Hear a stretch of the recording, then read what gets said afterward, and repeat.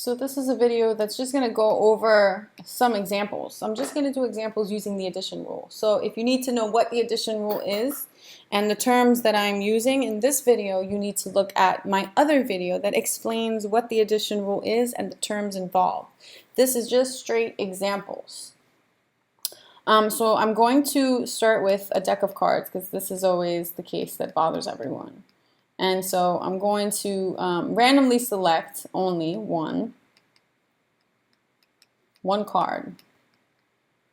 Okay, so let's start with the probability that that one card is a king or a queen. So anytime you hear the or case, you should always think of the addition rule. Okay, so again, these are examples using the addition rule in probability.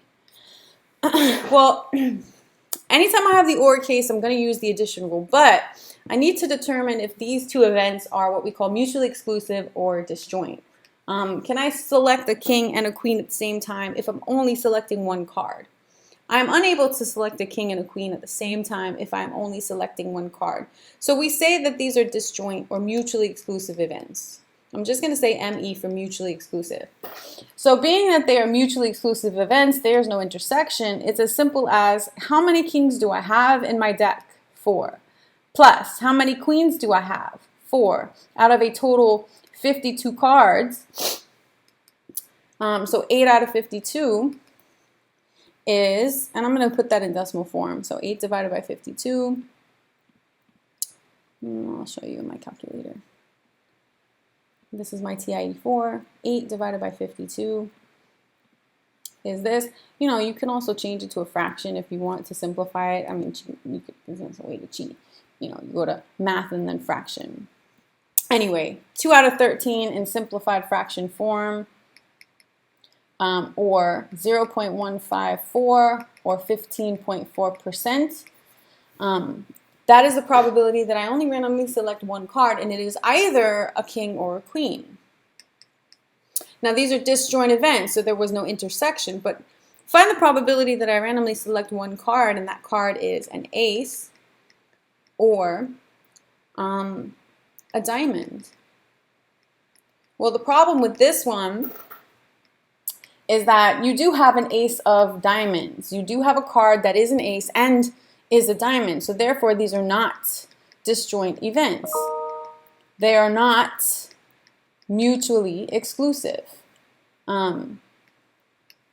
So I have to be careful how I calculate this. So I'm going to start the same way. Again, it's the addition rule, but because there is something that is an intersection and they're not disjoint, I'm going to subtract something after. So here's my little setup. Start with how many aces I have. I have 4 aces. How many diamonds do I have? I have 13 diamonds.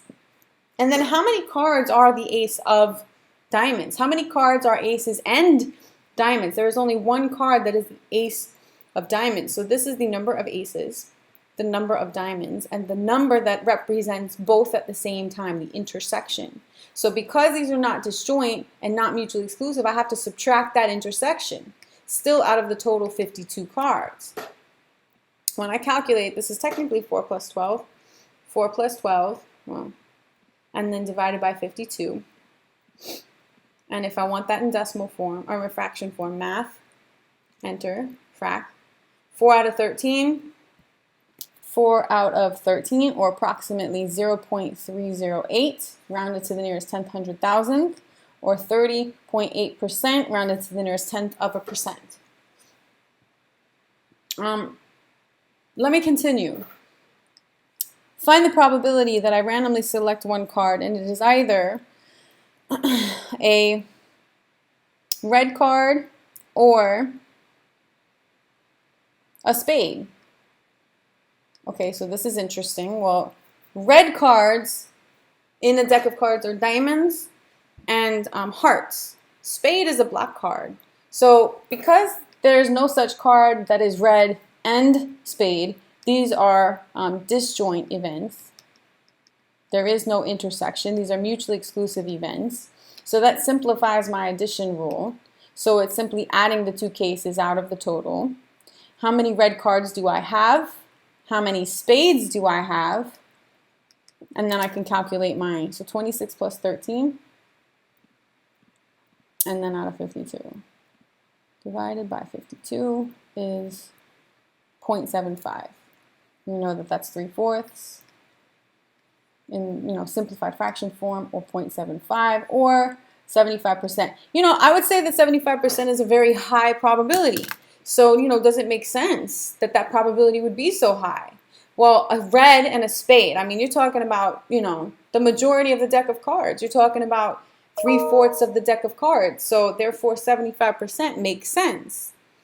Still, I'm only randomly selecting one card. Remember that. I'm only randomly selecting one card. That's very important, because if I'm randomly selecting more than one, that changes what I do.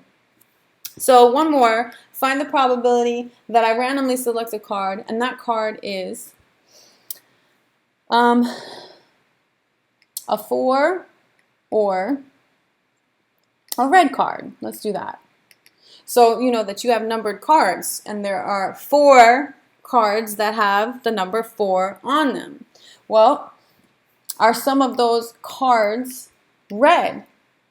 Yes, there are. So my 4s, I have a diamond, a spade, a heart, and a club, right? That's how many 4s I have, and 2 of those are red. So these are not disjoint events. There is an intersection. I do have cards that have the number 4 on them that are also red. These are not mutually exclusive events. So when I go to calculate this, right, I'm going to have an addition, but I'm also going to subtract some intersection. Well, how many 4s are there? There's 4 4s. How many red cards? 26. And then how many are red and 4? 2 out of the total 52 cards. So what do I have? I have, so technically 4 plus 24, or 28 out of 52. And that's approximately blah, 7 out of 13, simplified. So this is 7 out of 13, or 0.538, or 53.8%. And that's it.